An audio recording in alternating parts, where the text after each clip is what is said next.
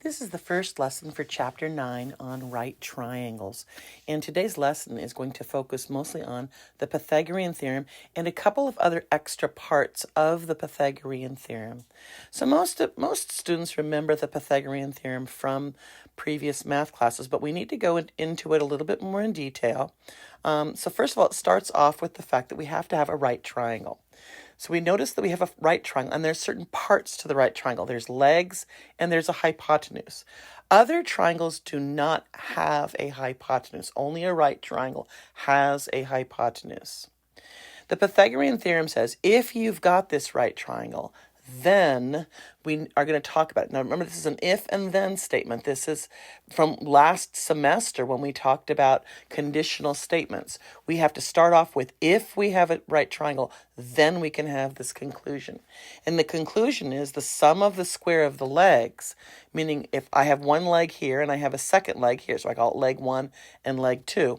The sum of the squares means take each of those legs, square them, then add them together. That's going to equal the square of the hypotenuse. And the hypotenuse is the side opposite the right angle. So this is really what the Pythagorean theorem states. It says the sum of the square of the legs of a right triangle is equal to the square of the hypotenuse. But especially in algebra, we like to simplify things with variables or letters. And so they changed the names of those sides. Instead of saying leg, and hypotenuse, they would say A, B, and C, which C would always stand for the longest side of a triangle. Not just any side, but the longest side. And in the case of a right triangle, that means the hypotenuse. So you end up writing a squared plus b squared equals c squared, which is what most of you might remember as the Pythagorean theorem. But in reality, the Pythagorean theorem are these words. The sum of the square of the legs is equal to the square of the hypotenuse. We have the converse. So this is the theorem. Starting off with a right triangle, you have this relationship. The converse says we don't know what kind of a triangle we have. We're looking at this, and remember, in geometry, we can't look at a figure and say, well, that's obtuse because it looks like an obtuse, or that's an acute triangle because it looks like an acute triangle, or it's a right triangle because it looks like it. No, it has to be marked. And in this triangle right now, we don't have any markings that say that this is a right triangle. But the letters A, B, and C would represent that we have the three sides of the triangle. So in this one, the conditional statement says if you've got three sides of a triangle, where C stands for the longest side, then that relationship being a squared plus b squared equals c squared, this happens to be true about those three numbers. Then what we can conclude from that is it's got to be a right triangle. And so now I can, in this little corner here, opposite side C, I can put a right angle mark. And even if this doesn't look like a right triangle, it is a right triangle, so long as a squared plus b squared equals c squared. So how do we use that? Well, here we have, the Pythagorean theorem is always used when you have two sides, any of the two sides of a right triangle, we can find the missing side. In this case, the missing side just happens to be the hypotenuse. So what's missing is the hypotenuse. So therefore, we're going to take the ones that are the legs, 15 and 8, square them, add them together, and we end up getting 289. And that's going to equal our longest side, our hypotenuse, squared.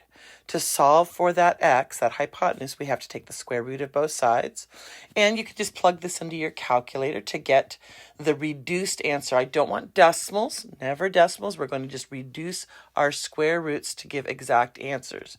In this case, 289 happens to be a perfect square. So therefore, the square root of 289 is 17. And that's the missing side. Now, this brings up something important.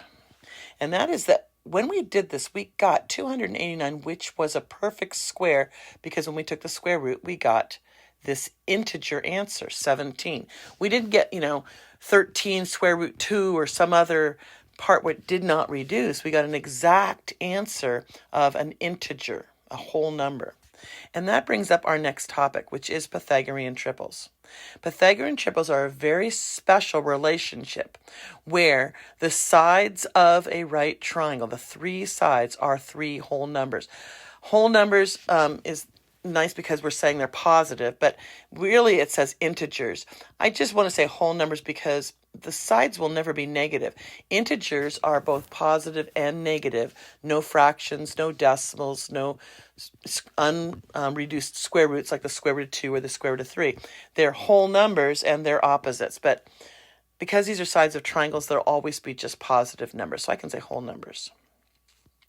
And those whole numbers have the relationship that you take two of them and square them, and they will always equal the third one squared, and these three numbers, x, y, and z, will be whole numbers. Now, I used x, y, z. A lot of times we're just going to use a, b, and c. It doesn't make any difference which letters we use. So here's an example of two numbers, 3 and 4. And I want to find out if there is a third number that I could square that equals this sum. So let's look at 3 squared plus 4 squared. Well, that's 9 plus 16, which happens to be 25. And they go, oh, wait, 25 is a perfect square, which means I could write that as 5 squared.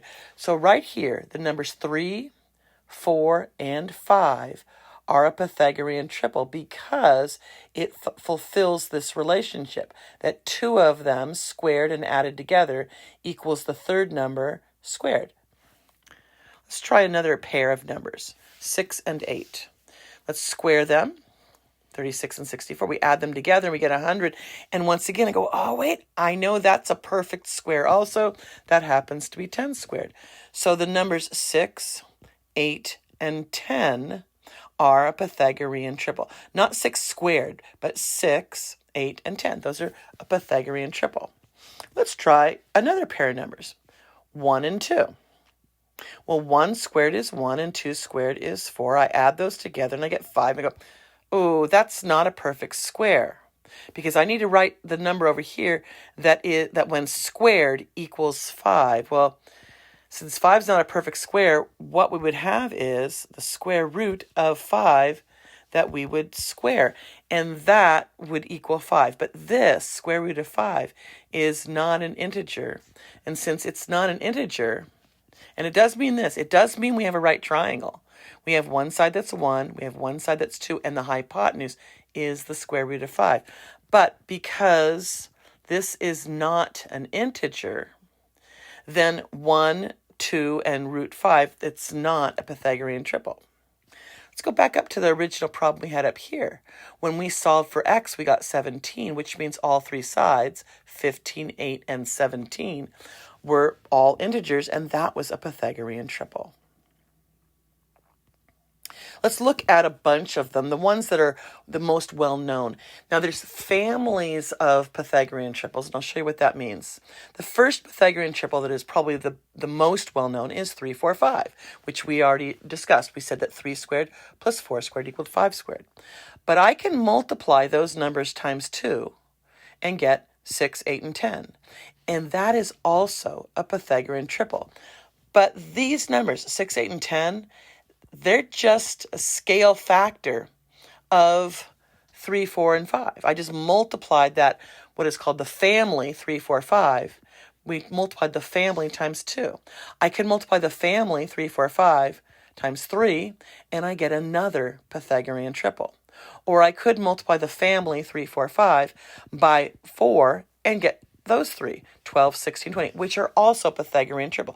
Remember, this means that 12 squared plus 16 squared does, in fact, equal 20 squared.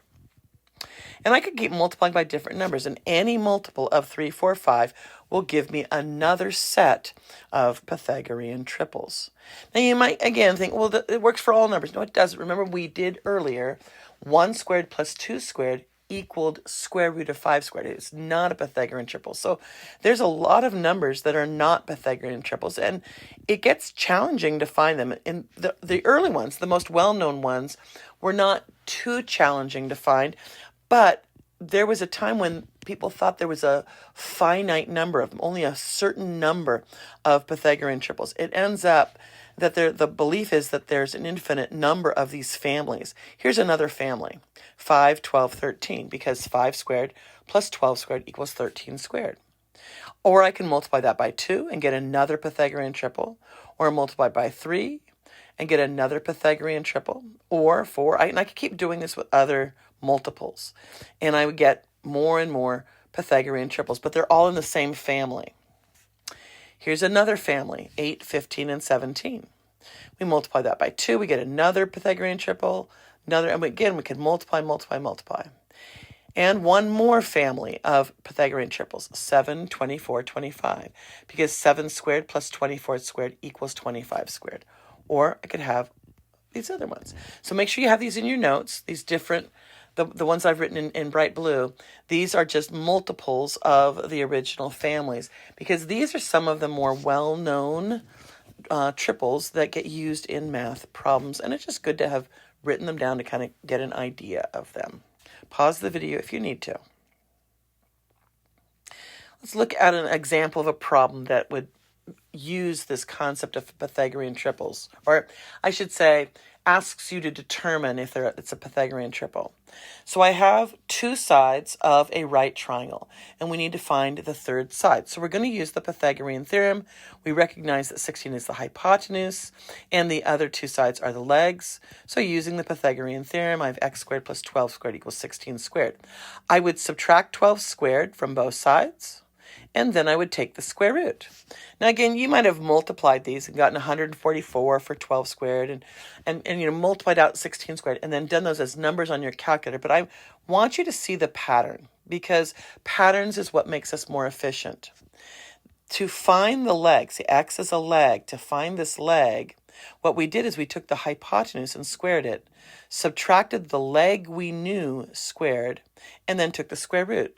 So anytime I'm asked to find the leg of a right triangle and I have the hypotenuse and the other leg, I just immediately go to square root of hypotenuse squared minus leg squared. It's just more efficient. You can go ahead, just use the Pythagorean theorem till you're comfortable with this, but eventually doing something like this makes you a little bit more efficient. Now 16 squared minus 12 squared is 112, so we have the square root of 112, and 112 happens to be 16 times 7, so the square root of 16 is 4, and then the square root of 7 is just the square root of 7. So this is the third side of this right triangle.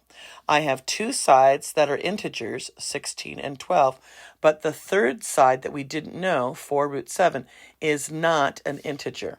It's not a whole number. Okay, and therefore this is not a Pythagorean triple. Now, for the next little bit that we're going to do in our lesson, I want to remind you that the only triangle that has a hypotenuse is a right triangle. I'm going to refer to a lot of other triangles in a few minutes and use the word hypotenuse. Not really as a hypotenuse, but I'm using it to say the longest side. So now let's go on to the next part of our lesson. In the next part of our lesson, last part of our lesson, is the Pythagorean inequality theorem. This isn't about just figuring out if it's a right triangle. With the inequality theorem, and that's really important, it's inequalities, we're going to be using that to classify, is it a right triangle, is it an acute triangle, or is it an obtuse triangle? And to do that, we're going to have three sides of a triangle. We don't know what kind of triangle it is, but we have three sides of it. We're going to call them A, B, and C, and we're going to talk about C being the longest. Now, instead of saying longest, for the next little bit, what I'm going to be saying is hypotenuse. And what I really am meaning is it's the potential hypotenuse, meaning if this will be a right triangle, that would be the hypotenuse. So I can't really call it a hypotenuse until I know that it's a right triangle, okay? The triangle inequality theorem is not saying that a squared plus b squared equals c squared, but says a squared plus b squared is, I don't know. Figure out which one it is. Is it equal? Is it more? Is it less? I don't know. To this c squared. And again, I'm going to just refer to this as hypotenuse. So there's three cases. And the first case is, well, sure, they equal. This isn't an inequality, it's an equality. And we know that from the Pythagorean theorem that means it's a right triangle. And so I say that my hypotenuse is equal to a squared plus b squared. In case 2, they're not equal. My sum is greater than this c squared. Now again, because this isn't equal, this is not a right triangle. But I was thinking this was the potential hypotenuse. So I'm going to say that a squared plus b squared is more than the hypotenuse squared. And that makes it an acute triangle. And the way that I try to remember that is what I thought was going to be the hypotenuse isn't, because the hypotenuse squared is smaller than what it needs to be a right triangle. Since the hypotenuse squared is smaller than what I needed, this is an acute triangle. Case 3 is the sum is greater than c squared, and that's going to give me, the sum is less than, a squared plus b squared is less than the c squared, and that means it's an obtuse triangle. And that's because what I thought was going to be the hypotenuse, this c squared, is too big. So the hypotenuse squared is bigger. It's too big, which makes it an obtuse triangle. So I thought it was going to be a hypotenuse for this case, but it was too small, so it's an acute triangle. I thought it was going to be a right triangle, but it was too big, so it's now going to be an obtuse triangle. And that's how I memorize this inequality theorem. So here's an example. I've got 3 sides, 5, 7, and 8. 8 happens to be the longest of the 3 sides, so I know that's my potential hypotenuse. Maybe it's going to be a hypotenuse. I don't know. So I'm going to find out if it is a hypotenuse or not. I'm going to compare 5 squared plus 7 squared to 8 squared. Well, 5 squared plus 7 squared is 74, and 8 squared happens to be 64. And 64 is too small. So that potential hypotenuse squared is too small, so therefore this is an acute triangle. Here's 2 more examples. We've got these 3 sides, and we want to know, is it a right triangle, or is it acute or obtuse? So I'm looking at this longest side, square root of 306, and saying this is the potential hypotenuse. It's the longest side, and I compare 15 squared plus 9 squared, which is 306, to the square root of 306 squared, which is also 306. Since they are equal, my hypotenuse is equal, and therefore it's right. It is a right triangle. Now let's look at part B. I've got those 3 sides. 2 root 35 is the longest, so I'm going to square 8 squared plus 10 squared and compare it to 2 root 35 squared. Well, 8 squared plus 10 squared is 164. And then on this side, to square 2 root 35 means to square 2 and square the square root of 35, which gives me 4 times 35, which is 140. This was my potential hypotenuse, but it is too small. This 140 is too small. It's not a hypotenuse. It's an acute triangle instead. We've got one more example to figure out what kind is it, acute, right, or obtuse. We've got 4, 6, and 9. We notice that 9 is the longest, so this is my potential hypotenuse. So I have 4 squared plus 6 squared, which is going to get me 52. And I have this, which I'm thinking, oh, is this my hypotenuse? Is this also 52? And the answer is no, it's not 52. It's 81. It's too big. So my potential hypotenuse, it's not a hypotenuse, it was potentially my hypotenuse, it's too big. And since it's too big, that means this is an obtuse triangle. All right, you've got 8 problems to do, and you're doing them as classwork only. I want you to do whatever you can for the remainder of the period. And then tomorrow, or on block day, I'm going to be checking what you did in class. I'm going to check your notes and how many of these 8 problems that you were able to work on with your teammates. And here's the other 8.